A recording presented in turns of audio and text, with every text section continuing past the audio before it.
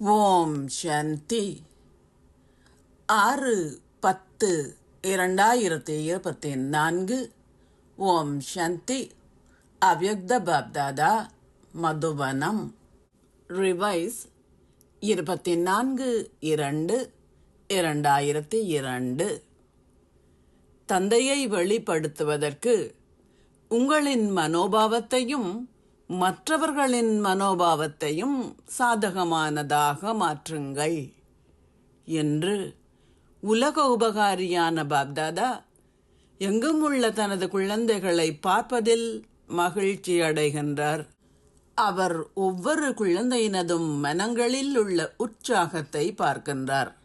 அத்துடன் கேட்கின்றார், உங்கள் எல்லோருக்கும் உங்களின் மனங்களில் ஒரே இலட்சியம் உள்ளது, அதாவது விரைவில் தந்தைக்கு சமமானவராக வேண்டும் என்பதே ஆகும். உங்களின் இலட்சியத்தையும் உங்களின் தைரியத்தையும் மென்மையான எண்ணத்தையும் பார்க்கும்போது பாப்தாதா மகிழ்ச்சி அடைகின்றார். அத்துடன் கூடவே உங்கள் எல்லோருக்கும் அதி உயர்ந்த இலட்சியம் இருந்தாலும் அதற்கான தகைமைகள் தென்படும் போது அதில் நீங்கள் வரிசை கிரமமாக இருப்பதையும் அவர் பார்க்கின்றார். இலட்சியத்திற்கேற்ற தகைமைகளை கொண்டிருத்தல் என்றால் தந்தைக்கு சமமானவர் ஆகுதல் என்று அர்த்தம். சேவை மேடையில் கருவிகளாக இருக்கும் குழந்தைகள் சதா தந்தையை எப்படி வெளிப்படுத்தலாம், அது எப்போது நடக்கும் என்ற ஒரே ஒரு எண்ணத்தையே கொண்டிருக்கின்றார்கள். எங்கும் உள்ள சேவையாளர் குழந்தைகள் எல்லோருக்கும், தமது மேன்மையான அதிர்வலைகளால் சேவை செய்பவர்களுக்கும் தீவிர முயற்சி செய்யும் குழந்தைகளுக்கும் தமது சதா நல்லாசிகளாலும் தூய உணர்வுகளாலும் மிகவும் பலவீனமான ஆத்மாக்களை சக்திசாலிகள் ஆக்கும் மாஸ்டர் மன்னிப்பு கடல்களுக்கும் இத்தகைய மாஸ்டர் சர்வசக்திவான் குழந்தைகளுக்கும் பாப்தாதாவின் அதிக அதிக அன்பும் நினைவும் நமஸ்தேயும் ஆசீர்வாதம்.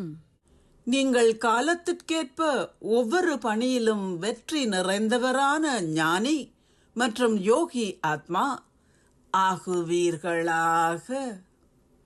ஞானம் என்றால் புரிந்துணர்வு. விவேகி ஆத்மா ஒருவர் சரியான வேளையில் புரிந்துணர்வுடன் தனது பணிகளை செய்வதுடன் அவற்றில் வெற்றியும் பெறுவார். விவேகி, அதாவது ஞானி நபரின் அடையாளம், அவர் ஒருபோதும் ஏமாற்றப்பட மாட்டார். யோகி ஆத்மாவின் அடையாளம், அவரிடம் சுத்தமான தெளிவான புத்தி இருக்கும். சுத்தமான தெளிவான புத்திகளை கொண்டவர்கள் அது எப்படி நடந்தது என எனக்கு தெரியவில்லை என ஒருபோதும் சொல்ல மாட்டார்கள். ஞானி மற்றும் யோகி ஆத்மாக்களால் இத்தகைய வார்த்தைகளை சொல்ல முடியாது. அவர்கள் தாம் செய்யும் ஒவ்வொரு செயலிலும் ஞானத்தையும் யோகத்தையும் பயன்படுத்துவார்கள். ஸ்லோகம். தமது ஆதியான அனாதியான சம்ஸ்காரங்களையும் சுபாவங்களையும் உணர்ந்திருப்பவர்களால் மட்டுமே ஆட்ட அசைக்க முடியாதவர்களாக இருக்க முடியும். ஓம் சாந்தி. நன்றிகள் பாபா.